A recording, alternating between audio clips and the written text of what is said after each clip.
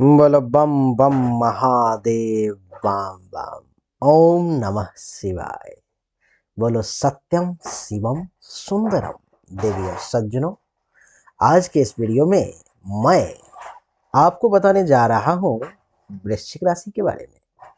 वृश्चिक राशि वालों के लिए मार्च और अप्रैल 2024 का समय आखिर कैसा रहेगा, 1 मार्च से 14 अप्रैल तक की कहानी को मैं इस वीडियो में आपको बताऊंगा कि वृश्चिक राशि वालों को 1 मार्च से 14 अप्रैल तक क्या क्या अच्छा और क्या क्या बुरा मिलेगा।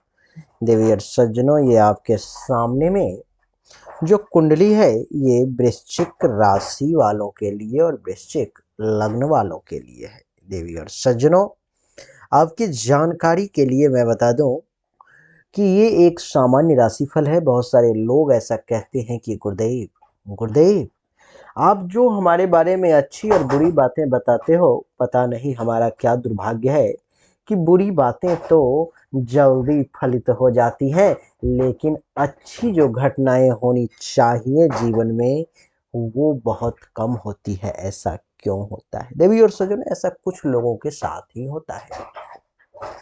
इसका कारण ये है कि आपकी हस्तरेखा अथवा जन्म कुंडली में किसी प्रकार का कोई दोष है, किसी प्रकार की कोई परेशानी है, जिसके कारण से ये परेशानी उत्पन्न होती है।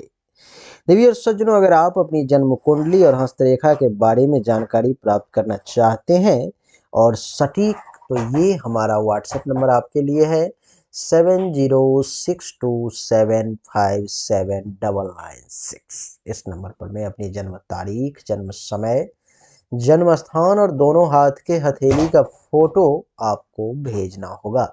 जो उचित शुल्क होगा आप जमा करेंगे और आपको सही और एकत्रित जानकारी प्राप्त हो जाएगी। तो आइए चर्चा को आरंभ करें और जानने की कोशिश करें कि वृश्चिक राशि वालों के लिए 1 मार्च से 14 अप्रैल तक की क्या है आखिर कहानी। सूर्य देव जो हैं सो वृश्चिक राशि वालों के लिए 15 मार्च तक कुंडली के चौथे भाव में यानी कि यहाँ पे विराजमान है।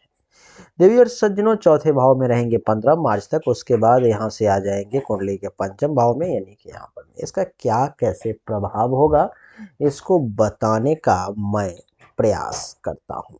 आइए इस बात को जानने की कोशिश करें। देवी और सज्जनों, चौथे भाव में सूर्य के बैठने के कारण वृश्चिक राशि वाले जातक को एक एक एक एक 1 मार्च से लेकर के 15 मार्च तक जो है सो कुछ मानसिक व्यथा और शारीरिक कष्ट की संभावना जो है सो दिखाई दे रही है। वृश्चिक राशि वाले जातक को मानसिक तौर पर में कुछ परेशानी सामने आ सकती है 1 मार्च से 15 मार्च के बीच में। तो शारीरिक तौर पर में भी कुछ परेशानी का आपको सामना करना पड़ सकता है।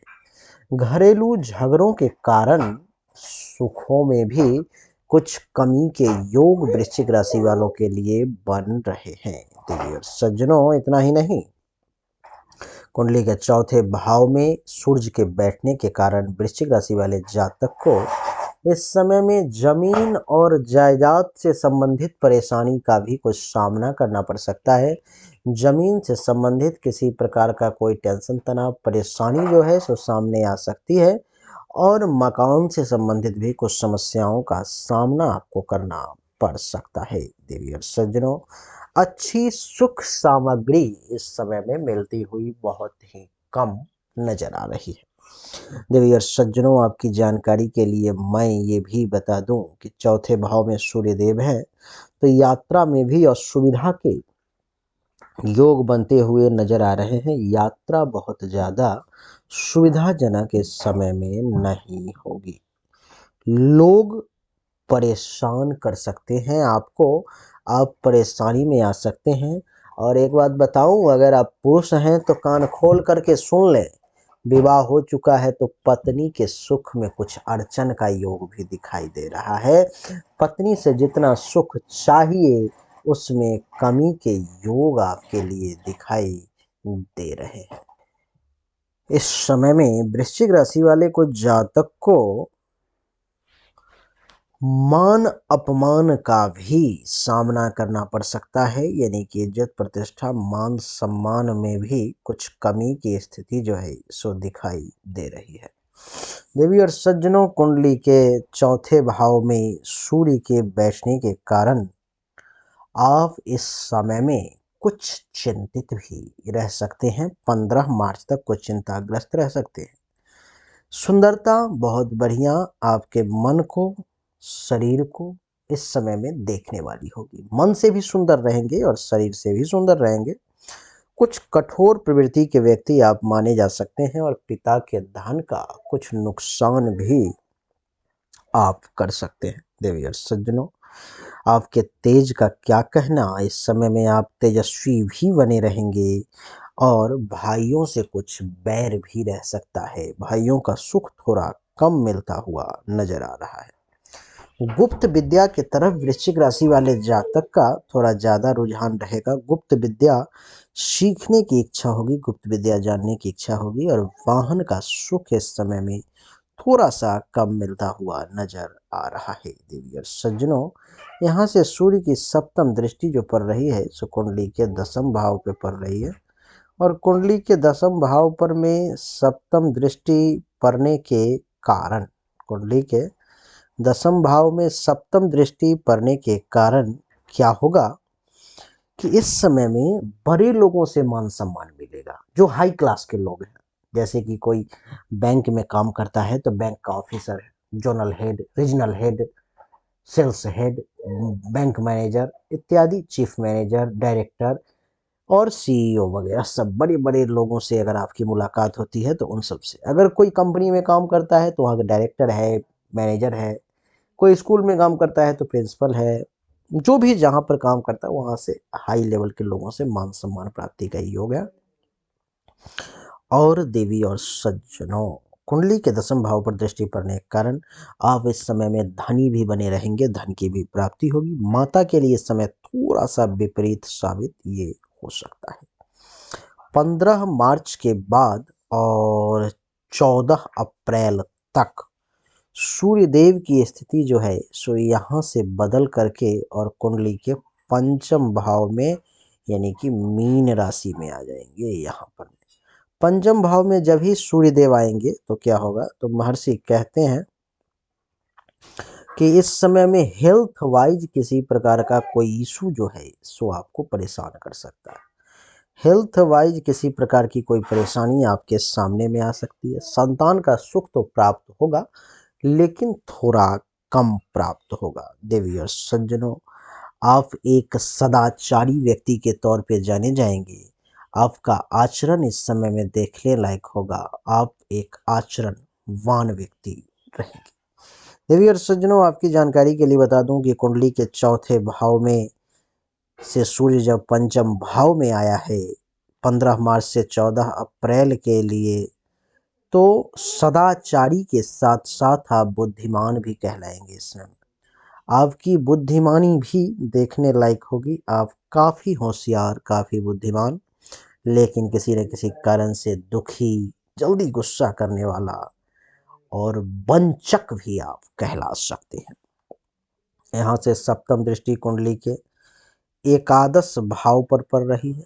कुंडली के एकादश भाव पर यानी कि यहाँ पर में सप्तम दृष्टि पड़ने के कारण, सप्तम दृष्टि पड़ने के कारण क्या होगा कि धन का लाभ जो है सो आपको अच्छा खासा प्राप्त होगा। धनवान आप बने रहेंगे। देवी और सज्जनों, धनवान ही नहीं, कुंडली के एकादश भाव पर दृष्टि पड़ने के कारण इस समय में आप प्रसिद्ध व्यापारी के तौर पर में जाने जाएंगे। जो बड़े व्यापारी होते हैं, बहुत फेमस होते हैं, ऐसे में आपकी भी गिनती होगी। प्रथम संतान के लिए थोड़ा सा खतरनाक समय है, लेकिन आप बुद्धिमान भी बने रहेंगे। आपके विद्वता की भी चर्चा होगी, अर्थात आप विद्वान भी बने रहेंगे। आपको ऐसा समझा जा सकता है कि ये एक अच्छे परिवार का व्यक्ति है, ये एक बहुत ही बढ़िया कुलीन खानदान का व्यक्ति है, धर्म का पालन करने वाला और धर्मात्मा भी जो है सो आपको समझा जाएगा। देवी और सज्जनों, कुंडली के पंचम भाव में सूर्य है तो कुछ नुकसान भी पहुंचाएंगे, जैसे कि मानसिक भ्रम की स्थिति भी उत्पन्न कर सकता है। शारीरिक और मानसिक शक्ति में भी कुछ कमी के योग जो हैं सो बनते हुए नजर आ रहे हैं। धन के नुकसान का भी योग जो है सो कुछ बन रहा है, तो उसको भी बचाने की कोशिश करें, और जो लाभ का योग बन रहा है तो लाभ भी लें। खुद और संतान के लिए थोड़ा सा समय हेल्थ वाइज इशू का रह सकता है, और बड़े लोगों से वाद विवाद करने से बचें। यात्रा में जा रहे हैं तो बहुत सोच समझ कर चलें। दिशाशूल वाले दिन दिशाशूल की दिशा में ना जाएं, और थोड़ा सा अपने आप में आप किसी किसी मामलों को लेकर के कमजोर भी अनुभव कर सकते हैं। तो देवी और सज्जनों, तो वृश्चिक राशि वालों के लिए 1 मार्च से लेकर के 14 अप्रैल तक की यही कहानी है, जिसमें हमने आपको बताने का प्रयास किया जो आपके लिए समय कैसा रहेगा। इसमें हमने अच्छा और बुरा दोनों बताया है। जो बढ़िया है वो बढ़िया बताया, जो खराब है वो खराब बताया। लेकिन कुछ लोग ऐसा कहते हैं, गुरुदेव बढ़िया हमारे साथ नहीं होता लेकिन बुरा जरूर हो जाता है। ऐसे सभी लोगों को निश्चित तौर पर मैं अपनी जन्म कुंडली और हस्तरेखा जांच करवाने की आवश्यकता है। मेरा व्हाट्सएप नंबर है 7062275996। देवी और सज्जनों, इस नंबर पर मैं आप अपनी जन्म तारीख, जन्म समय, जन्म स्थान और दोनों हाथ की हथेली का फोटो अवश्य भेजें। आपको सही और एक्यूरेट जानकारी प्राप्त हो। आप सभी का एक बार फिर से बहुत बहुत धन्यवाद। अगर आपने अभी तक चैनल को सब्सक्राइब नहीं किया है तो प्लीज़ आपसे विनती है कि सब्सक्राइब कर दें, वीडियो को लाइक करें, शेयर करें।